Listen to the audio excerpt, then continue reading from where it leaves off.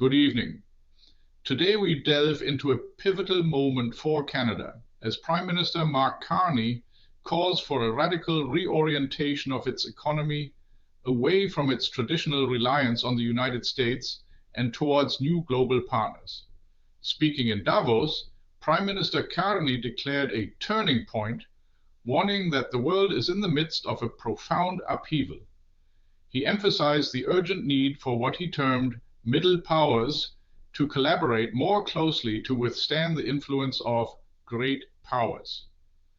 Back home in Canada, Carney is already steering the nation on a new economic course, aiming for greater independence and forging new alliances, particularly in trade.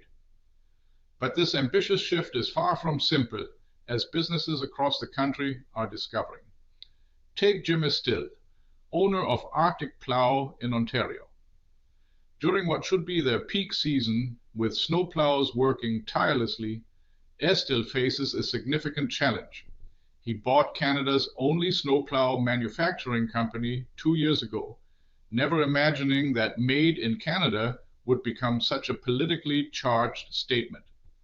President Trump's tariffs have hit his small operation hard. An additional $500 on each snowplow has deterred customers in the United States, causing their U.S. business to plummet by 40%. Mike Schultz, the managing director, explains the difficulty of pivoting.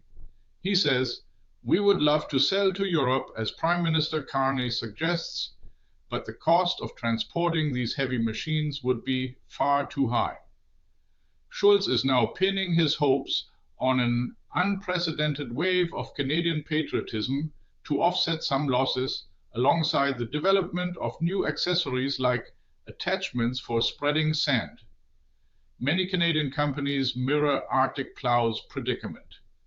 The economies of the United States and Canada are deeply intertwined. Until just last year, more than 2/3 of all Canadian exports went south of the border. In the automotive sector, parts often cross the border 6 or 7 times before a finished car is assembled. These supply chains are long established, built on familiar relationships and trust, enabling the efficiency of just-in-time production. Prime Minister Mark Carney confronts an immense challenge. He understands that completely abandoning the United States is not feasible. Yet, a year under President Trump has clearly demonstrated that relying solely on the United States is too risky.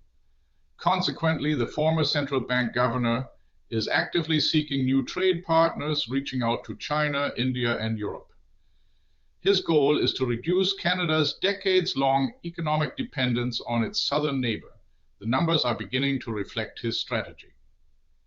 From February to December of 2025, the share of Canadian exports directed to the United States dropped from 79% to 67%. This 12 percentage point decrease is unprecedented in history. Many entrepreneurs are looking hopefully towards Europe as a new market, moving away from the United States. Jim Campbell, an automotive supplier from Hamilton, suffers significantly from Trump's economic policies. He employs 85 people and describes the uncertainty as the worst aspect. Fluctuating tariffs, constant threats from the US president, and negative news from the United States make business incredibly difficult for him. A new production line designed to manufacture parts for Jaguar Land Rover electric vehicles should have been operational months ago.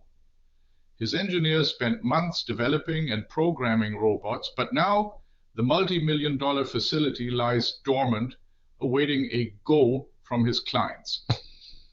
"It hurts," says the usually optimistic Canadian. Campbell, like many Canadians, praises Prime Minister Carney's leadership. He states, "Mr. Carney has my full support as he navigates us through this very complex geopolitical swamp." Carney currently enjoys high approval ratings, seen by many as the right leader to stand up to Trump. Campbell himself plans to pivot, seeking new alliances.